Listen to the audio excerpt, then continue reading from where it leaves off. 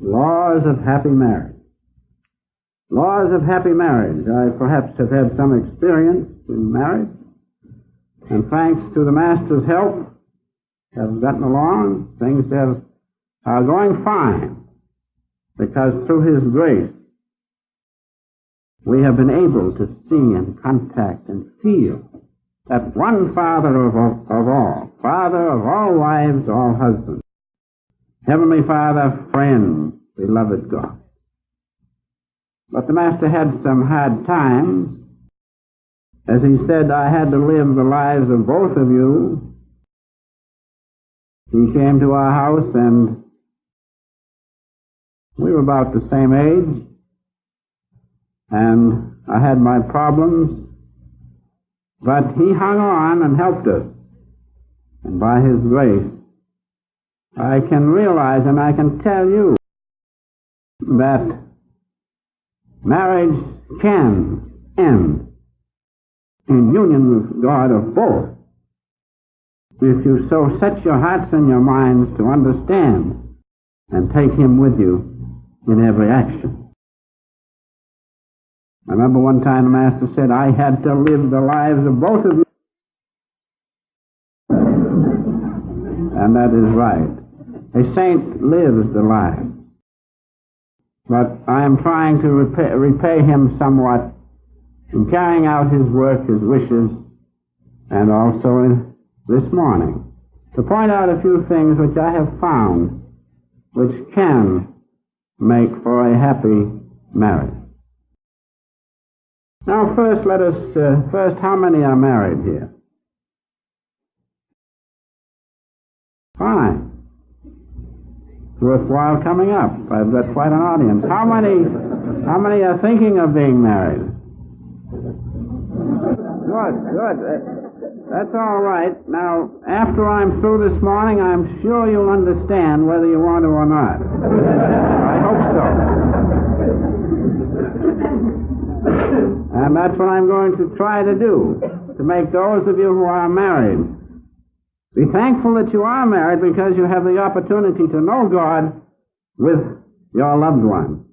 And those who are not married, I'm going to try to make you stop and think and then decide.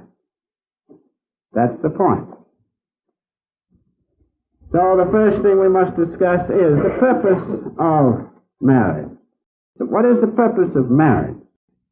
The purpose of marriage, of course, is that your life companion was not given to you just for the sole purpose of creating on the physical plane, but by creating through mind and soul fusion, through mind and soul fusion, spiritual children who express love and purity and character and all such fine qualities.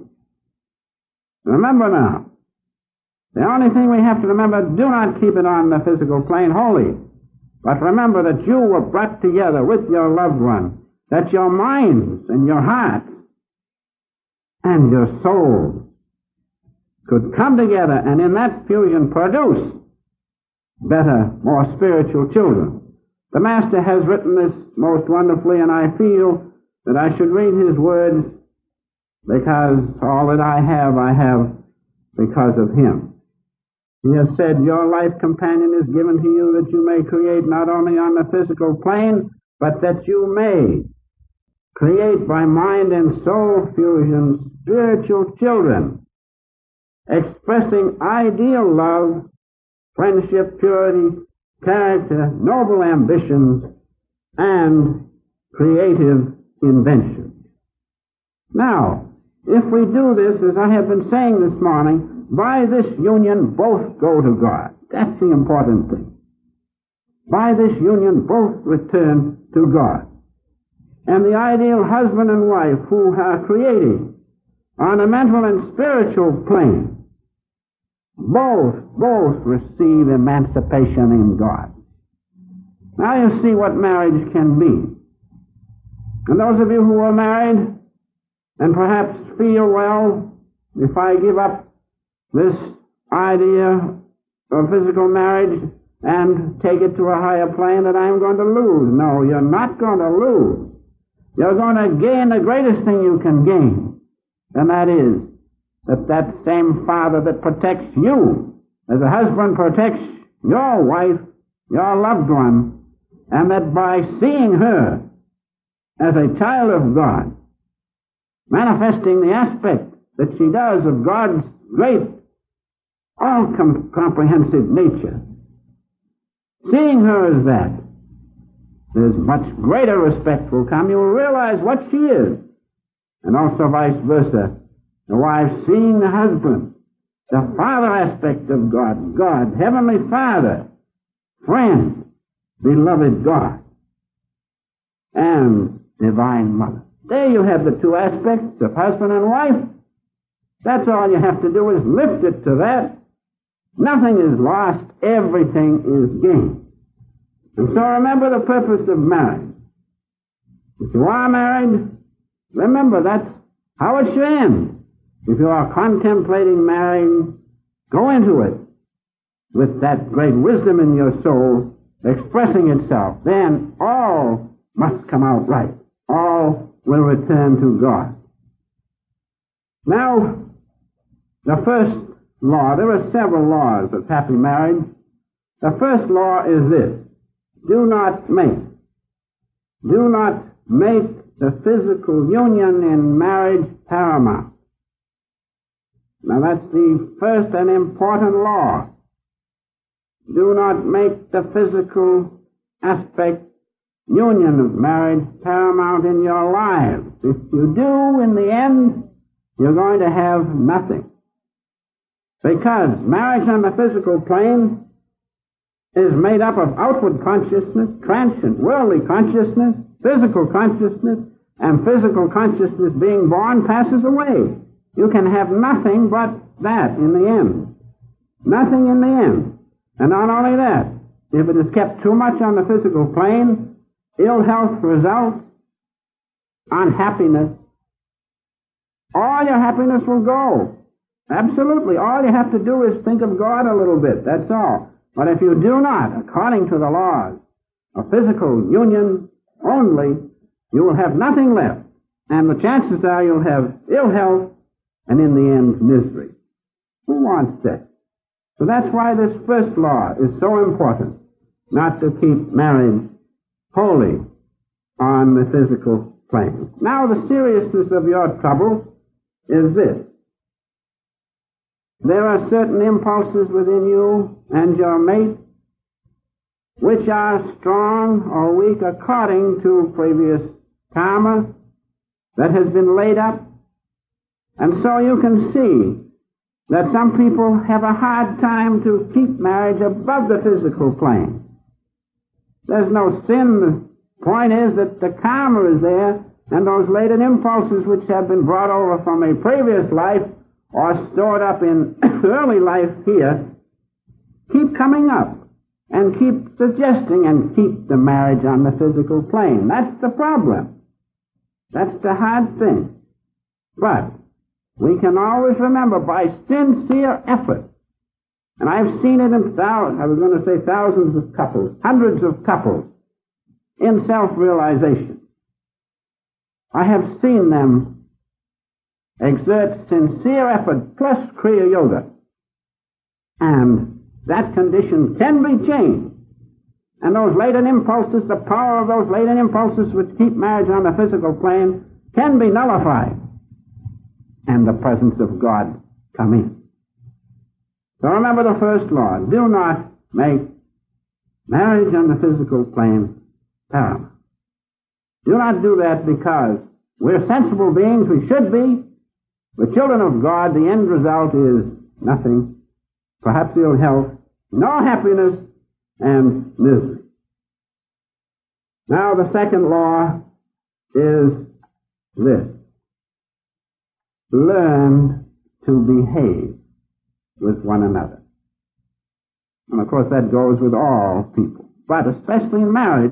Learn to behave. Learn to behave. Have that divine carriage which should be yours as a child of God. Learn to behave. The point is this, that people who are married, of course, are brought in close contact, and familiarity is apt to take away the self-respect or the respect for one another. You can see that, those of you who are married, it's very easy. Familiarity breeds, what is it, contempt? And sometimes it shows as contempt in certain marriages. So that's the thing we have to guard against. We have to learn how to behave with one another as children of God. The Master's Master told him, he said, you're going to have to learn how to behave with people. And that certainly is applied to those who are married. And remember, familiarity, unless you are very watchful, will lead to the loss of respect for one another. This is a fact, it's a law. Why not face it and not be caught in this net? So, I remember one little instant that comes to my mind now. It's rather a funny little instant. I'll tell you, it's a fact. I saw it. These two people had been married quite a while. Both were good people, but diametrically opposed in makeup. But still, it could have been corrected, and it was corrected. So, I was trying to correct it. And I was talking to the lady in question, and I said to her, don't you look forward to your husband returning after work? No, she said. I says, you don't look forward to? No, because I certainly was glad to have Mrs. come home, and I'm quite sure she was happy when she heard my footsteps. She says, no. She says, when I hear his car coming up the hill, they lived on a hill. When I hear his car coming up the hill, I get all jittery inside. And when he comes up the back stairs and I hear his footsteps on the back stairs and he opens the door, I could take a chair and just give it to him. And these are facts. I said, you don't feel that way? Yes, I do, she said. Now, with that misunderstanding, what are you going to do? But by the grace of God, that I was able to bring them together in understanding for the sake of the boy they had. And just the other day, the gentleman passed away. They had been together ever since and got along. They never were as they should be, but they got along. So that it can be done, but God has to step in many cases, and consummate it. So these things, we might as well face them. Those who read the newspapers, you all know what's going on. Now, we must learn to behave with one another, and we must practice self-control. Now, self-control comes only by living self-realization. Not just reading about it and coming to a Sunday meeting once in a while. No, you have to live it. You have to make it your own. Then when you learn self-control, then that respect for one another can be preserved until your consciousness is lifted into the higher consciousness of God contact. You have to make the effort at first through self-control to preserve the dignity of one soul to another and self-respect and respect for each other. Self-control is necessary in the beginning, but you cannot do it sometimes unless you follow the path God has sent just for these particular cases through self-realization. A little story comes to my mind now about this matrimonial business. This gentleman had been married about 10 years, I believe, and his friends, they were talking about marriage and so forth, and his friend said, Bill, he said, you've been sailing the sea of matrimony for about 10 years, I believe, haven't you? He said, yes. And he said, well, what do you think of it? Well, Bill folded his hands, and he looked seriously around, and he said, Joe, he says, sometimes I think that it would have been better if I had missed the boat. Now, many feel that way. But it is not necessary to say that you wish you had missed the boat, because you have the opportunity right there to take the greater boat to God by the help of each one. Now, the third law. The third law is very important. Keep your marriage on the spiritual plane. Keep your marriage on the spiritual plane. When I first met the Master, I was beginning to wonder whether that would be good policy or not.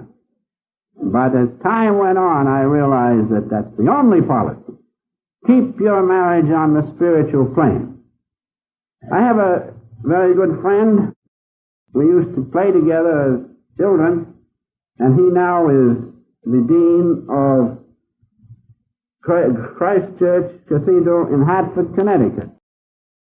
And the very Reverend Louis M. Hirschhorn. He was a little fellow, and then he passed out of sight for a long time, and in 1951 he wrote for this little paper which some of you read, Guidepost. And he has written this about marriage, pertaining to keeping marriage on the spiritual plane. He says, and this is quite significant, he says, I have known of church people who became divorced. Yet, in my quarter century in the ministry, I have known not a single instance of those who have prayed and worshiped together habitually to have been separated. Now that's wonderful. Now the key is those who pray and worship together. What's the highest worship together? Following self-realization, which gives you the methods and the techniques of God contact. Those who do that, who live self-realization, and worship together by following the techniques God has sent to us through the channel of self-realization. If you do that without question of a doubt, you will receive God contact. Having that, your marriage cannot but be successful, and the end cannot but be the highest. Both go to God. So there you have the testimony of one clergyman, well respected. Now Gandhi says some wonderful words about keeping marriage on the spiritual plane. Gandhi, the great Mahatma of India. And he has said these words, which I'd like to read to you at this time. Someone asked Gandhi about why he was a Hindu, why he believed in Hinduism. And he answered with these words, I can no more describe my feeling for Hinduism than for my own wife. She moves me as no other woman in the world can. Not that she has no fault. I dare say she has more, many more than I see myself. But there is an indissoluble bond between us. That's the point. Now that indissoluble bond is what? It is God's divine love. Now if you have that, I know many couples, and we all know, who have that trouble and have that disagreement, sometimes serious, but there's an indissoluble bond. No matter how bad the conditions are, they never part, do they? That's God. And that's divine love. And as Gandhi says, there's an indissoluble bond between us. Isn't that wonderful? That's what every marriage should have.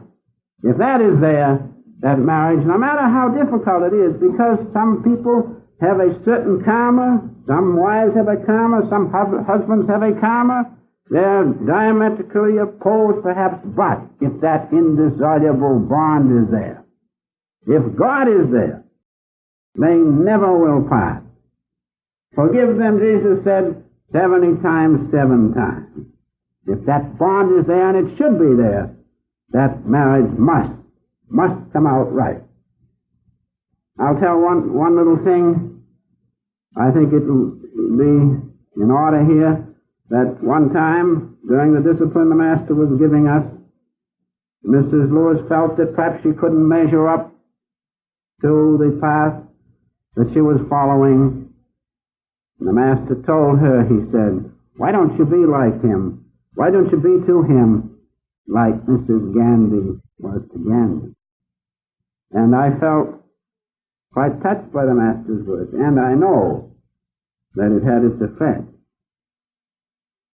That indissoluble bond is there, and that indissoluble bond should be between each and every one of us, married or unmarried, because that's God in each and every one of us. So remember that one point in this law. Keep your marriage on a spiritual plane. Let that indissoluble bond be there, that no force in the universe can shake your marriage, can spoil that which God has given you. That's the greatest thing. Keep the marriage on a spiritual plane.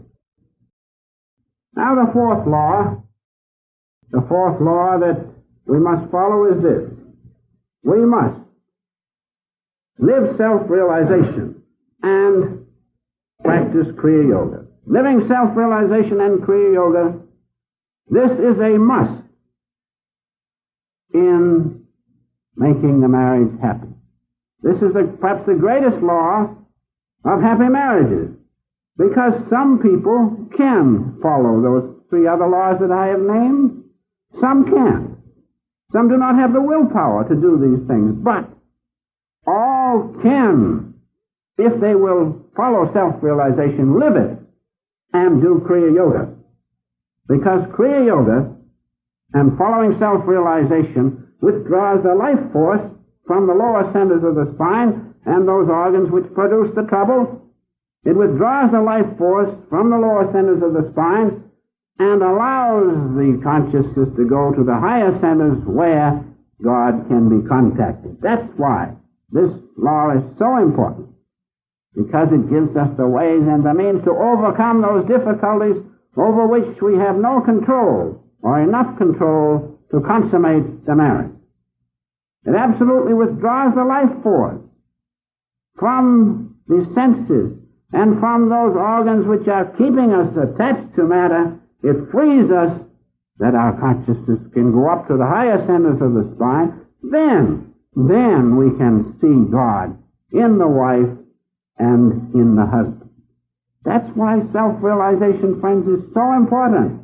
It gives the absolutely scientific way to overcome sex, especially, which is next to self-preservation. It cannot be done sometimes by willpower. It cannot be done by willpower. But the grace of God and His power through the practice of Kriya Yoga can do it absolutely. So this law of living self-realization and making Kriya Yoga a must in your life is very important, because it gives you the ways and means to offset those very strong forces which are keeping your marriage on a lower plane. Remember that fourth law.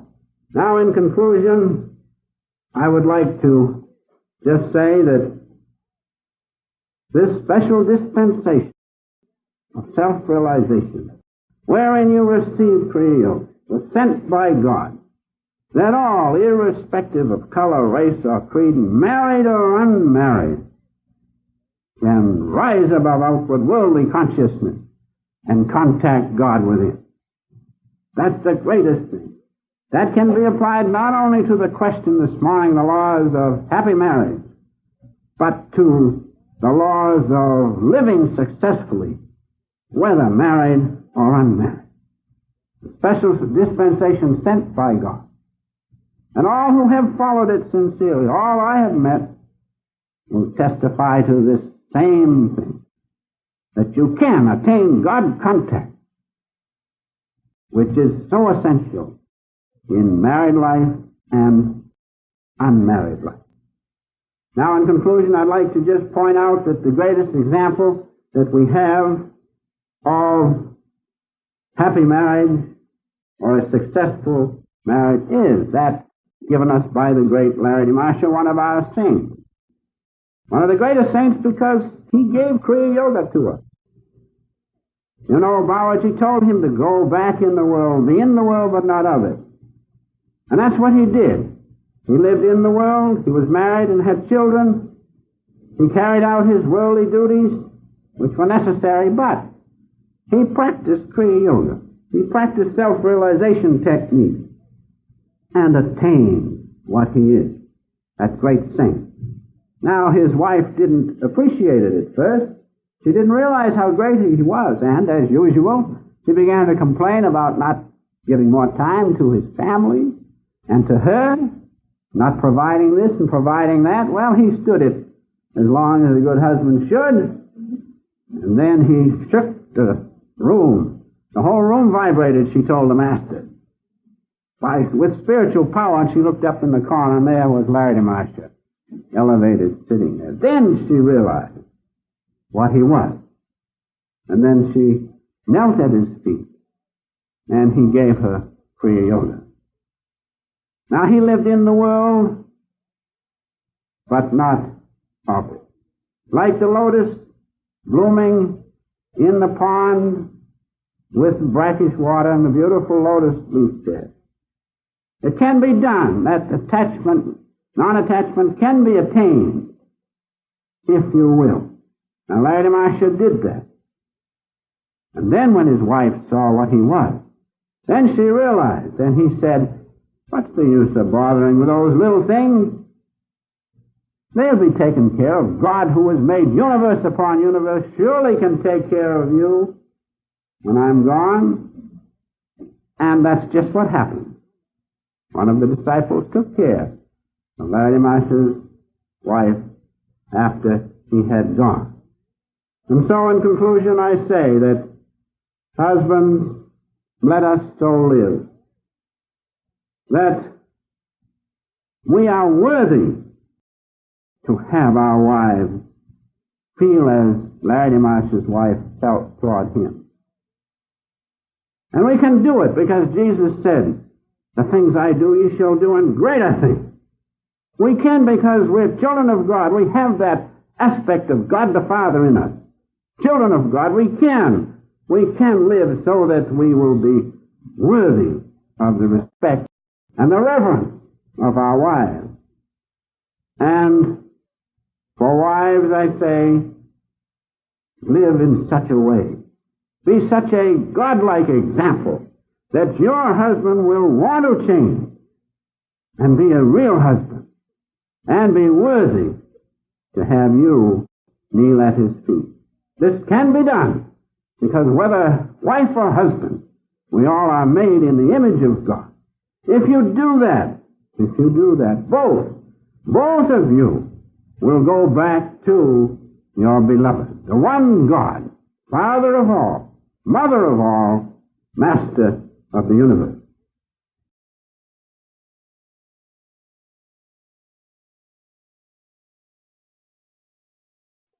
Feel the peace of the infinite Father, Mother, the friend, beloved God.